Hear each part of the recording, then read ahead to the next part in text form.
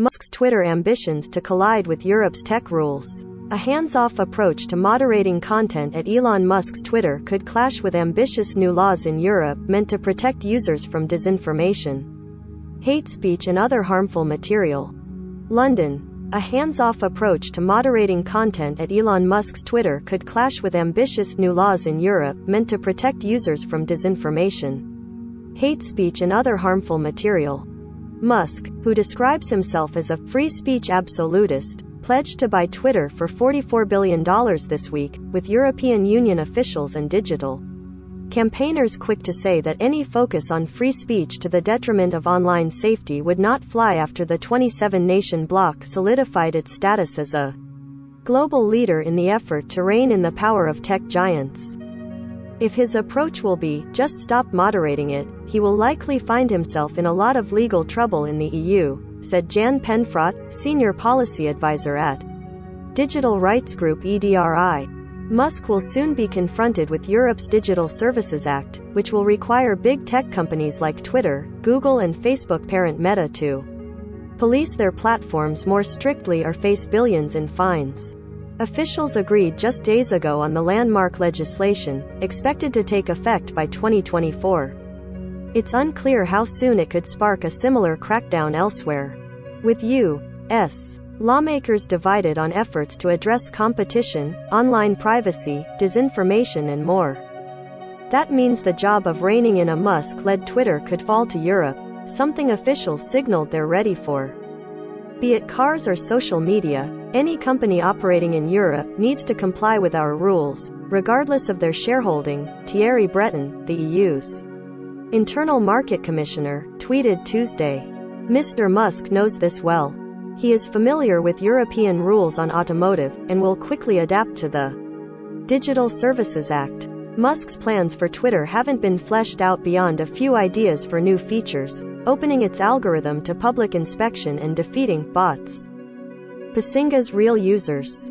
France's digital minister, Cédric O, said Musk has interesting things that he wants to push for Twitter, but let's remember that Digital Services Act, and therefore the obligation to fight misinformation, online hate, etc., will apply regardless of the ideology of its owner.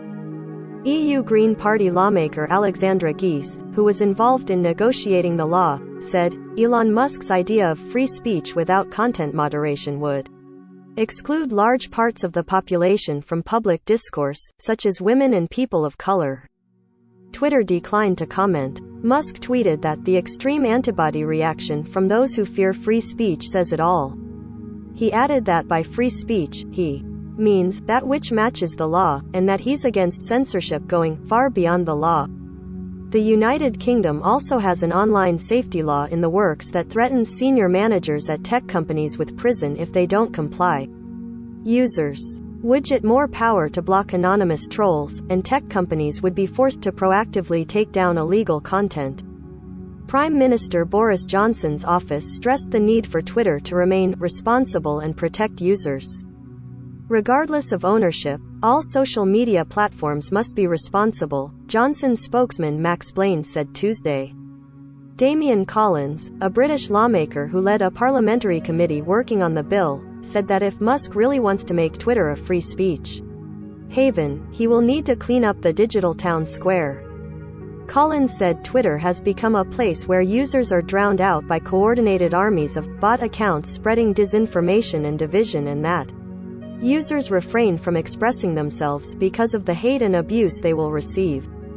The laws in the UK and EU target such abuse.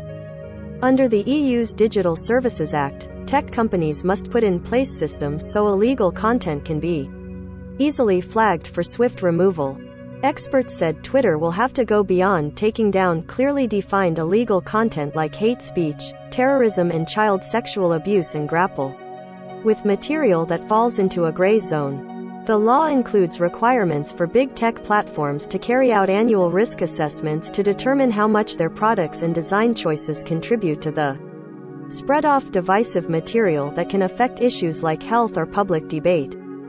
This is all about assessing to what extent your users are seeing, for example, Russian propaganda in the context of the Ukraine war, online harassment or COVID-19 misinformation, said Matthias Vermeulen, Public Policy Director at data rights agency AWO. Violations would incur fines of up to 6% of a company's global annual revenue. Repeat offenders can be banned from the EU.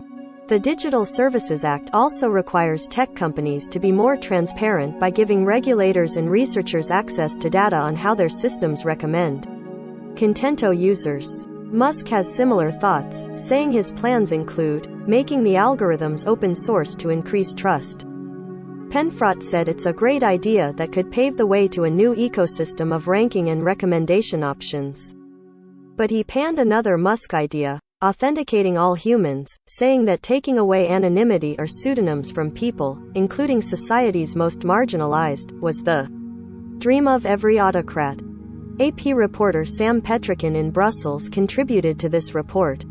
See all of AP's tech coverage at https://apnews.com/hub/technology.